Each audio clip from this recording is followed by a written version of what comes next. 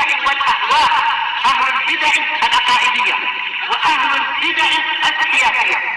نقول بيننا وبينكم السلف، بيننا وبينكم الكتب، كان فيقول البدع بيننا وبينكم. Bismillahirrahmanirrahim. Qala al-Imam an-Nawawi rahimahullahu taala Al-Hadisus Sadis wal Khamsun ba'da Sittimi'ah 656 untuk cetakan ini. Wa anhu radhiyallahu an, yaitu Abu Hurairah radhiyallahu anhu qala Rasulullah sallallahu alaihi wasallam, Rasulullah sallallahu alaihi wasallam bersabda, salasatun la yukallimuhumullahu yaumal qiyamah. Ada 3 orang yang tidak diajak bicara oleh Allah pada hari kiamat. Wala yuzakkihim, tidak disucikan oleh Allah pada hari kiamat nanti. Ini sama, ataf menunjukkan apa? Kesamaan jar majrurnya, muta'alliqnya itu. Berarti takdirnya apa? Wala yuzakkihim yaumal qiyamah. Wala yanzuru ilaihim, takdirnya sama. Wala yanzuru ilaihim yaumal qiyamah. Dan tidak pula Allah melihat mereka nanti di hari kiamat. Walahum adzabun alim, dan mereka akan mendapatkan siksaan yang pedih. Yang pertama, syaikhun zanin, orang yang sudah tua yang berzina. Wa malikun kadzab, raja yang pendusta. Wa ailun mustakbir, dan ail yaitu apa? Fakir, orang fakir yang menyombongkan diri. Rawahu Muslim. Di sini ada qala Nawawi al-ail al-fakir. Baik, rawahu Muslim. Dinukilkan oleh An-Nawawi rahimahullahu taala di dalam Syarah Sahih Muslim dari Al-Qadhi Iyad rahimahullah, dan juga apa? Ini perkataan Al-Kalabadhi di dalam kitab beliau Bahrul Fawaid. Allah tidak mengajak bicara, maksudnya adalah pembicaraan yang mengandungi keridhaan dan rahmat. Jelas nanti di hari kiamat semua diajak bicara, karena Rasulullah bersabda, "Ma minkum min ahadin illa sayukallimuhu rabbuh, laisa bainahu wa bainahu turjuman." Tidak ada seorang pun dari kalian kecuali nanti akan diajak bicara oleh Rabb-nya. Tidak ada penerjemah antara dia dengan Rabb-nya. Jadi makna hadis yang di hadapan kita ini, Allah tidak mengajak bicara, yaitu pembicaraan yang mengandungi rahmat dan keridhaan. Adapun orang mukmin diajak bicara dengan apa? Ucapan yang salaman salama, ucapan yang menunjukkan keselamatan, mendoakan keselamatan, menjamin keselamatan dan sebagainya. Kalau untuk Allah bukan mendoakan ya, yaitu apa? Memberikan keselamatan. Salamun qaulam mir rabbir rahim. Salam sebagai ucapan dari Rabb yang Maha Penyayang. Adapun orang kafir, orang yang disebutkan di sini yang melakukan beberapa jenis pelaku maksiat ini tidak diajak bicara oleh Allah, yaitu pembicaraan yang mengandungi rahmat. Kalau pembicaraan yang polanya adalah yaitu apa? Hisab, pemeriksaan, jelas Allah mengajak bicara mereka semua. Tayyib, wala yuzakkihim, Allah tidak menyucikan mereka, yaitu tidak membersihkan mereka dari dosa-dosa dan kesalahan. Berarti apa? Betul-betul terancam masuk ke neraka, terancam mendapatkan siksa dan seterusnya. Wala yanzuru ilaihim, Allah tidak melihat kepada mereka, yaitu apa? Nadratur rahmah war ridha, penglihatan yang mengandungi rahmat dan ridha. Bukan maksudnya tidak melihat berarti mereka tidak terlihat, jelas semuanya terlihat. Allah Ta'ala berfirman, yauma idzin tu'raduna la takhfa minkum khafiyah. Pada hari itu kalian akan dihadapkan kepada Allah. Tidak ada satupun perkara yang tersamarkan bagi Allah dari kalian. Semua dilihat oleh Allah. Allah tahu dan Allah melihat. Tapi maksudnya di sini Allah tidak melihat, maksudnya adalah tidak melihat dengan penglihatan rahmat. Berarti apa? Kata para pensyarah tadi, jumhur mufassirin, mereka mengatakan mufassirin, tapi syurah maksudnya, yaitu jumhur penafsir, mereka mengatakan yaitu nadharur rahmah, penglihatan yang mengandungi rahmat dan keridhaan. Baik, ini berapa hukuman? 3 hukuman, ditambah lagi walahum azabun alim, dan mereka mendapatkan siksaan yang pedih. Siksaan yang pedih dijelaskan oleh An-Nawawi rahimahullahu taala, yaitu apa? Alim, dan beliau menukilkan dari beberapa ahli bahasa, ini mu'lim, muji, yaitu yang menyakitkan. Baik, kemudian azab sendiri Sebenarnya azab itu apa sih? Adzaba yu'adzibu ta'dziban wa adzaban. Ini adalah isim masdar, makna asalnya adalah qata'. Artinya adzaba artinya adalah qata'a, memotong. Dikatakan adzbun furat, yaitu apa? Air yang jernih dan segar. Kenapa dikatakan adzab? Karena dia memutuskan dahaga. Baik, sekarang azab dikatakan azab, siksaan dikatakan azab. Kenapa? Karena memotong orang yang melihatnya atau bahkan orang yang melakukannya dari melakukan maksiat-maksiat setelah itu.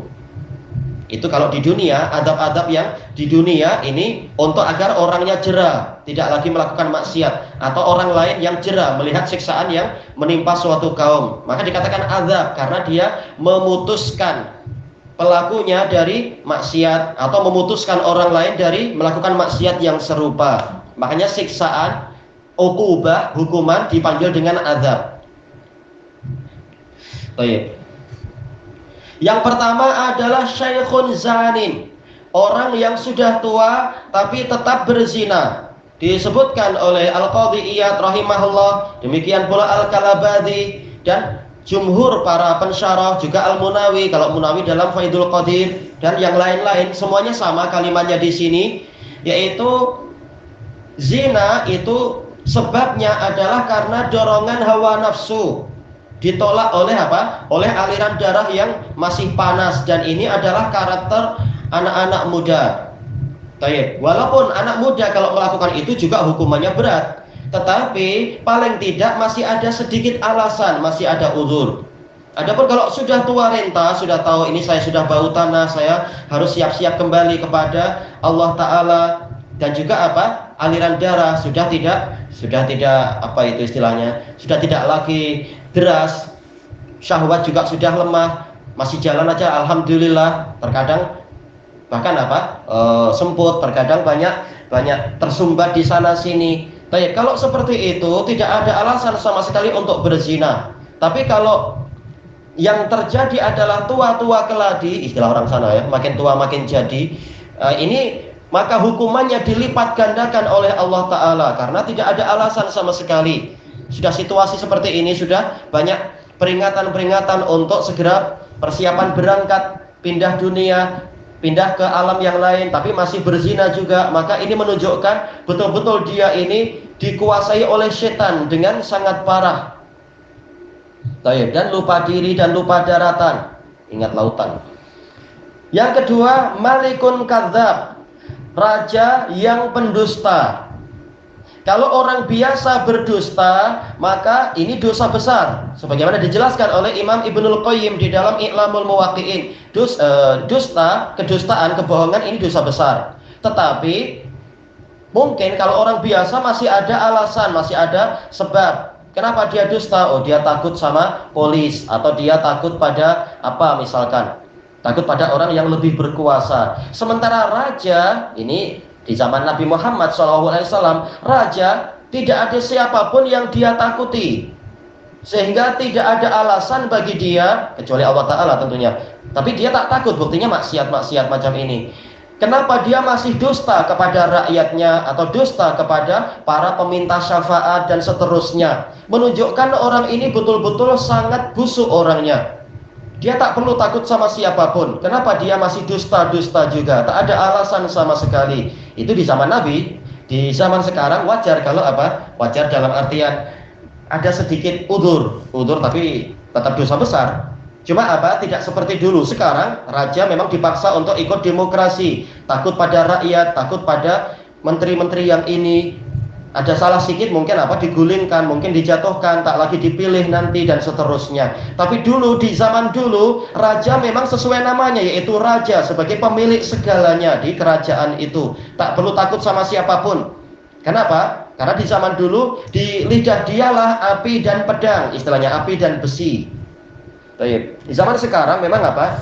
Kekuasaan serba dibatasi dan seterusnya. Hasil dari bid'ah manusia sendiri. Tapi tetap dalam situasi apapun yang namanya dusta itu adalah dosa besar dan hukumannya berat. Dan semakin besar kekuasaan seseorang walaupun tidak mutlak, maka semakin kecil alasan dia untuk tetap berdusta. Karena kekuasaannya semakin besar. Untuk apa lagi bohong-bohong? Sesuai kadarnya tapi. Semakin mutlak maka semakin tidak ada alasan untuk berdusta. Yang ketiga, ailun mustakbir, yaitu orang fakir yang menyombongkan diri. Kesombongan walaupun seukuran darah dia dosa besar. Ancamannya adalah dilarang masuk surga sampai habis kesombongan dia di dalam neraka itu. Naudzubillah. Tapi kalau dia sudah fakir, sombong lagi, maka dia tak ada udzur. Dari sisi mana Anda sombong? Tapi tentunya yang disebutkan dalam hadis ini ada batasannya, yaitu terkait dengan harta dan yang semacam itu. Ini ma'ruf karena apa? Hadis ini bicara masalah kesombongan dari sisi harta. Orang kaya sombong maka dia masuk neraka seperti Qarun. Tetapi ada sedikit udzur, ada sisi yang layak untuk disombongkan, yaitu banyaknya harta. Kalau banyak harta, dia senang membeli orang lain, sehingga apa? Dia akan mampu menyombongkan pengikut. Tapi kalau orang fakir, apa yang dia sombongkan? Harta tidak punya, pengikut juga tidak punya.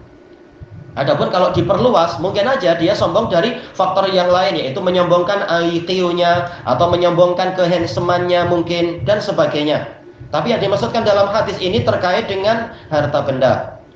Intinya, semakin orang itu tidak ada alasan untuk sombong, tapi dia sombong juga, maka dia akan semakin besar azab dia. Allah saking bencinya sama dia, sampai-sampai tidak mau melihat dia, tidak mau mengajak bicara, tidak mau menyucikan dan seterusnya. Padahal banyak dosa-dosa yang lain yang pelakunya itu dicuci, dibersihkan, diajak bicara, ditanya ini dan itu, sebagaimana dalam hadis-hadis yang banyak.